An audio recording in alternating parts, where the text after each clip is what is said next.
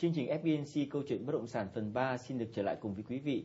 Trong phần 3, các chuyên gia sẽ thảo luận về vấn đề chiến lược thu hút đầu tư nước ngoài vào thị trường bất động sản Việt Nam. Mr. Chung, you have shared with us about the experiences that Korean government have done during the financial crisis 1997. So, which experience Vietnam government can apply? I can say for the short term and long term. For the short term, the Korean government has done what Korean government has done. What Korean government did 15 years ago was to allow those companies, investors who wanted to pull out from the real estate market, made the procedure easier, meaning the bankruptcy procedures, the foreclosure procedures. The Korean government made it a lot easier by law. So it helped the economy to stabilize in that way, starting to initiate the stabilization of the economy by controlling the rate of interest in the bank, because a lot of the companies with the bankrupt loans from the banks could not really pay back. They had to close their office.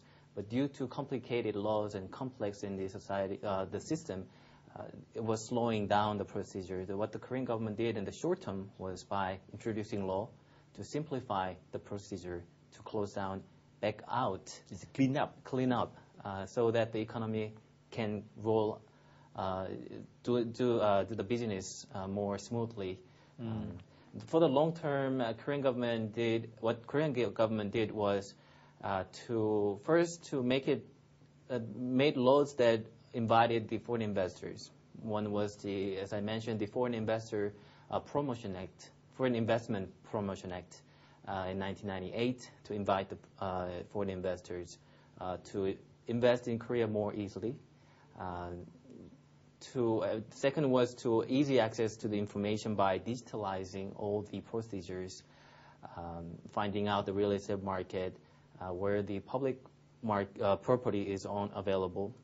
It made available to the general public in Korea to easily access and see where the how the real estate market is doing, where is the good properties to buy. One quick example is Korea introduced in 2002 online bidding system online. So you can actually go and see what properties are available that the government is introducing. It's government run, government controlled. Government gets all the information from its sources, and it puts online. Everybody can go online. So transparent. Yes, very transparent. And by that, it gave the confidence and trust to the foreign investors.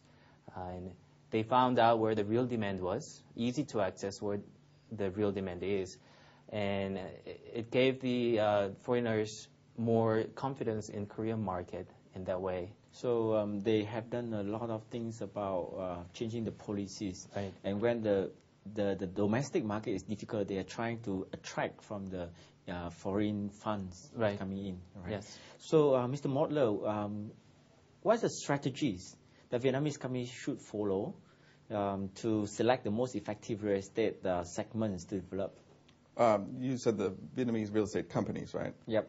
Well, I think we've been saying along that what needs to happen is the companies need to look at what the demand is over the short term and in the medium term, rather than maybe 30 years from now. I think in the past people got caught up in this idea that Vietnam was the next South Korea or the next Taiwan, and maybe who knows what will happen in 30 years. I'm optimistic about Vietnam, but right now there's not much demand for these type of high cost units that they were trying to sell. And similarly, these office buildings, they look great when you have a big shiny office tower, but in reality, Ho Chi Minh City and Hanoi are not really financial centers. So there's not, it would be banks and brokerages that would typically occupy these units, but there just isn't enough of that here at this point. So the companies really should look at what is the demand that we can cater to? What's the market? Smaller and medium-sized enterprises, and probably not this sort of large, flashy projects. So, learning from Korea, how the Vietnamese company do to attract the foreign investment? The Korean companies? Vietnamese company learning from the Korean strategies. Vietnamese companies, that's a tough one. What should they do to attract the foreign investment? Well, I think one thing that they can definitely do is if they have some assets, some units that they're looking for investors to buy into, you need to make information available. We have seen that sometimes there's a Vietnamese company that's looking for a partner, and we want to help that Vietnamese company find a buyer. But it's very difficult for us to obtain any information. We have to contact them directly. It would be much easier if they would just make all this information available for not just for us, but also for the potential investor. Otherwise, they're not going to get a second look if they don't even have much of a website, if there's not much credible information about the project. How about the land price? Oh, the land price. Well, land prices, it seems that in the past, they've been definitely out of touch with what the local economy really is. So, I guess that's been one major problem for the property market here is that the people have started to realize this, and, foreigners included, and they're waiting for the bottom. We hear that the bottom is near, but that keeps falling.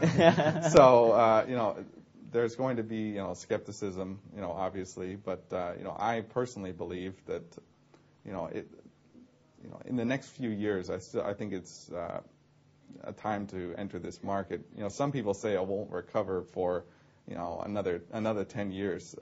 This is the most pessimistic outlook. I'm not that pessimistic, but some people are probably too optimistic, thinking that the situation will change right away.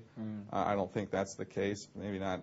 Certainly not through this year or even 2013. But in the next few years, I think it's an opportunity. All right. Now we flip back to the government strategies. In your opinion, Mr. Chung, what should Vietnamese government do to facilitate and to encourage the foreign investor to invest in real estate market in Vietnam? I have two words. One is the simplification. One is simplification. Second is digitalization. I'll explain those. Simplification in procedure to invest in Vietnam. A lot of the investors that I have talked to, a lot of the institutions that I have interviewed over the last couple of months, they all say the procedure in Vietnam is a little too complicated. To get the license to build buildings, to get the license to do business here, too complicated. So they had to wait too long, had an expectation of starting business tomorrow or next month, but then they had to wait about 6 months to actually start on the project. Second is digitalization of information. This is a digital age. People around the world really need to look at the market as a whole, not from people they know, but actually they want to have good access to the information available online. And if those information is online, and the foreign investors, who almost everybody have access to the internet, will compare the market, and they will have good information about the market in Vietnam, and which will certainly attract a lot of investors over the next few years. But I have realized a lot of the companies, real estate companies here, do not have any websites, or if they do, it's not really something comprehensive enough. Right, it's not really comprehensive enough for the foreign investors. Lastly is to encourage the middle class in Vietnam, to middle class people in Vietnam, so that to increase the real demand, because the middle class is the one who actually spend the money, those ones who actually have those demands in these real estate markets. And the target has so far been only with the 1% or 5% of those income level citizens in Vietnam. And I'll just briefly finish by saying that tax benefits or visa benefits, special benefits for the foreign investors to attract them. Right now, the foreign investors do not get much benefit, or at least they feel as if they do not get much benefit. If the government can convince them, give them confidence and trust in this market, by offering some incentives for them to invest in Vietnam, it will definitely boost up the downturn in Vietnam economy. So how about you, Mr. Modler? What's your advice? Well, I agree with basically all the things he said. More transparency and information, and also boosting the ability to finance a home purchase by middle-class people. This has been a major drag on the overall market, in the property market here, which influences what the foreign investors are thinking about. If they see a terrible market with no liquidity, they're not going to invest. So there needs to be a recovery in the domestic market among domestic investors. We need to see more actual transactions. And, there's a lot of ways, I guess, the government can consider doing this. There have been some talk about setting up a real estate investment trust system here, but I don't know, if that's really a realistic way, over the short term, over the next few years, of stimulating any kind of recovery in the property market.